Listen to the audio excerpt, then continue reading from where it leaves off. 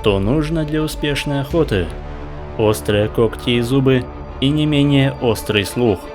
Длинные ноги, позволяющие не только высоко прыгать, но и нагнать цель в считанные секунды. Развитые рефлексы и максимальный уровень скрытности.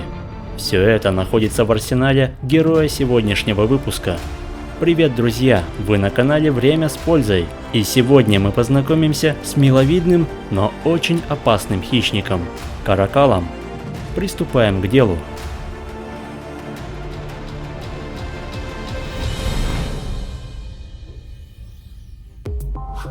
Каракал – хищный представитель семейства кошачьих, которого долгое время относили к рысям из-за внешнего сходства с ними. Но некоторые особенности генетики позволили вынести этого кота в отдельный род. Кстати, второе название каракала звучит как степная рысь. От последней каракал отличается в первую очередь более скромными размерами. Длина тела кота колеблется в пределах 65-82 см, а масса редко превышает значение в 20 кг. Также каракал обладает коротким и густым мехом с монотонной окраской. При этом уши и кисточки на них имеют черный цвет. Отсюда этот хищник и получил свое название, которое в переводе с турецкого означает «черное ухо». В былые времена жители Индии использовали каракала для охоты. Всего выделяется 9 подвидов этого животного, причем некоторые из них близки к вымиранию.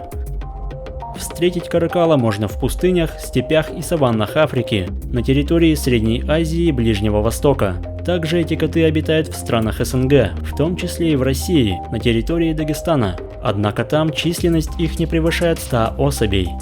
В качестве логова эти животные используют старые лисьи норы, расщелины скал и другие места, способные укрыть от чужого взгляда. Длинные задние ноги позволяют каракалу прыгать до 4,5 метров в длину и до 3 метров в высоту, а мимо его удивительно развитого слуха не проскользнет даже самый слабый хруст растительности, ведь его ушные каналы намного длиннее, чем у собаки или человека, а каждое ухо контролируется 20 отдельными мышцами.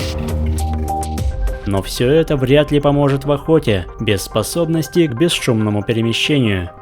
Лапы каракала отлично подходят для внезапной атаки. Мягкие подушечки и жесткие волоски между ними позволяют минимизировать шум от ходьбы. Как и большинство других кошек, каракал не может долго преследовать добычу, поэтому он должен подобраться как можно ближе к цели. После максимального сближения кот с удивительной скоростью бросается в атаку.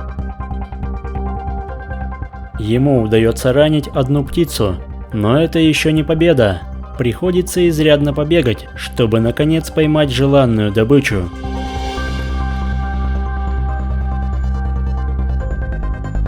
Кстати, в рацион каракала входят не только птицы, но и грызуны, зайцы, а также мелкие антилопы. Реже жертвами становятся ежи, рептилии, насекомые и некрупные хищники, такие как лисы и мангусты.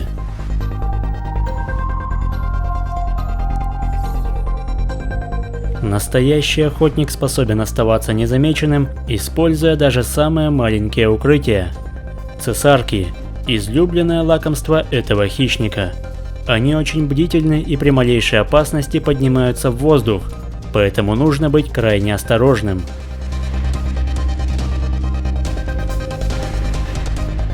Но даже мягкая поступь и умение ждать не позволяет этому коту избежать разоблачения. На этот раз каракал выбрал одиночную цель, ведь так гораздо больше шансов сохранить эффект неожиданности. Но и это не гарантирует результат, ведь обычно из 10 попыток лишь одна увенчивается успехом. Однако охотник не отчаивается, и вот он уже высматривает очередную жертву.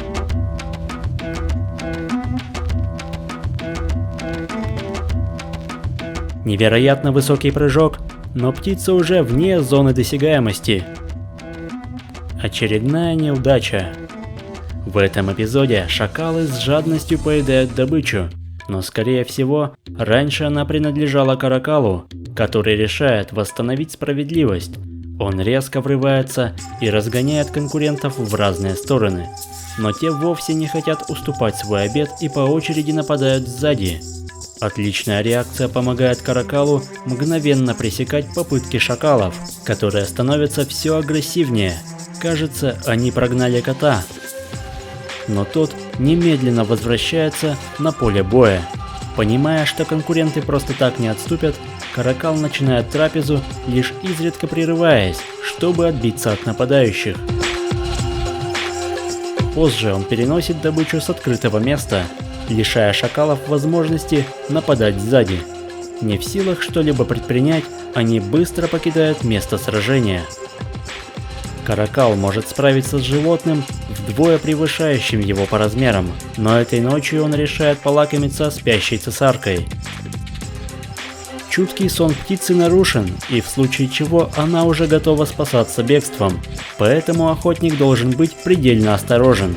Используя свою стандартную тактику, Каракал приближается к жертве как можно ближе и атакует из укрытия. Как видите, ночью шансы на успех намного выше, поэтому чаще всего Каракал выбирает для охоты именно это время суток. Живут каракалы, как и домашние кошки, в среднем около 15 лет. Животные могут размножаться в любое время года. Обычно у матери рождаются 2 или 3 котят. В редких случаях их может быть до 6. В первый месяц малыши особенно уязвимы, и мать прилагает много усилий, чтобы уберечь их от других хищников. Самостоятельная жизнь для котят начинается лишь через полгода. В последнее время становится модным заводить этих хищников в качестве домашних питомцев. Однако цена на столь экзотическое животное нередко превышает 500 000 рублей. Да и затраты на его содержание во много раз выше, чем в случае с обычной кошкой.